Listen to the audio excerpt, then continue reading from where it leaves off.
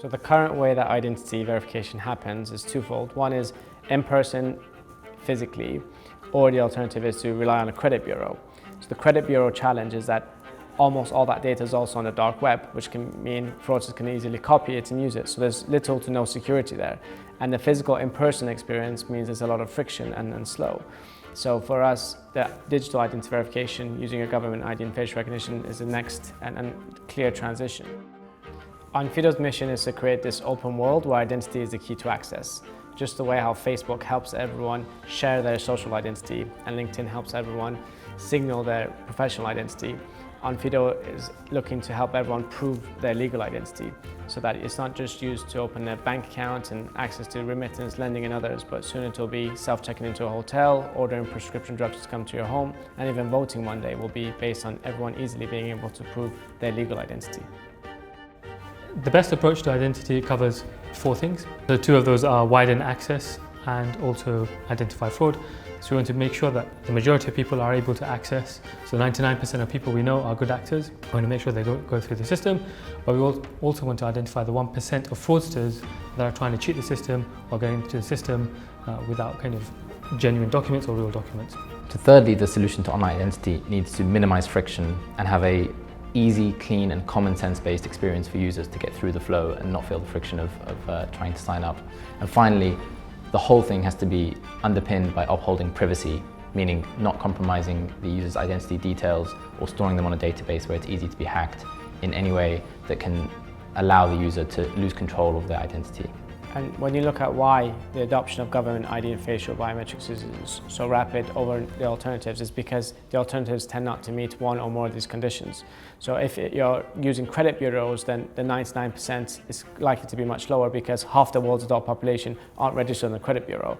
If it's about catching fraud, then SSNs, as we know, are compromised, and there's so many fake SSNs that make it easy for fraudsters to cheat the system.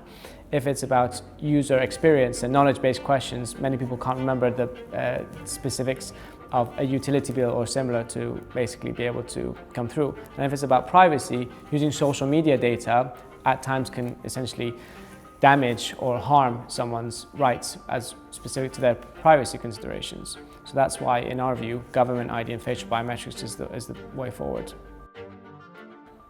The unique thing about our approach is from the outset when we started, we looked at the way that identity verification was carried out. And there are basically 2 approaches.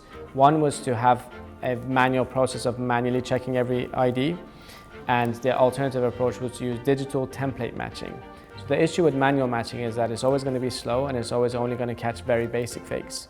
The challenge and the drawback with the template matching is that pass rates are poor. So out of every 100 IDs, maybe only 60 can be given a response on a yes or no.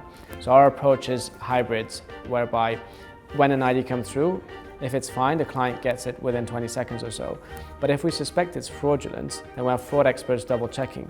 And as they're double checking, not only are we giving the response back within an average of 2 minutes, but they're also labeling the data so that the models get better with time. And that's how we're able to offer the best of speed, pass rates and fraud accuracy in one way.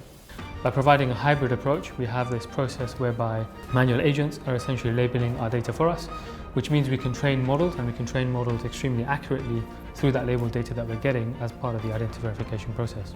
Machine learning really lives and dies based on that labeled data, and through this manual process we have that, and we can really kind of demonstrate and make our machine learning even better.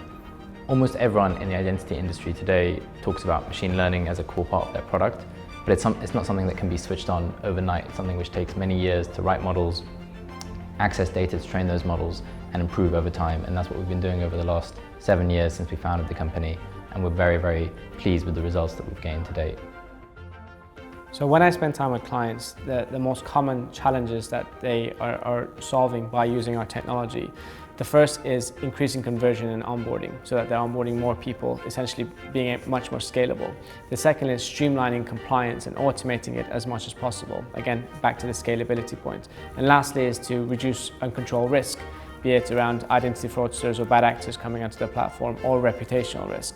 And wrapped around the whole thing is very much the customer experience to make it as frictionless and as easy as possible.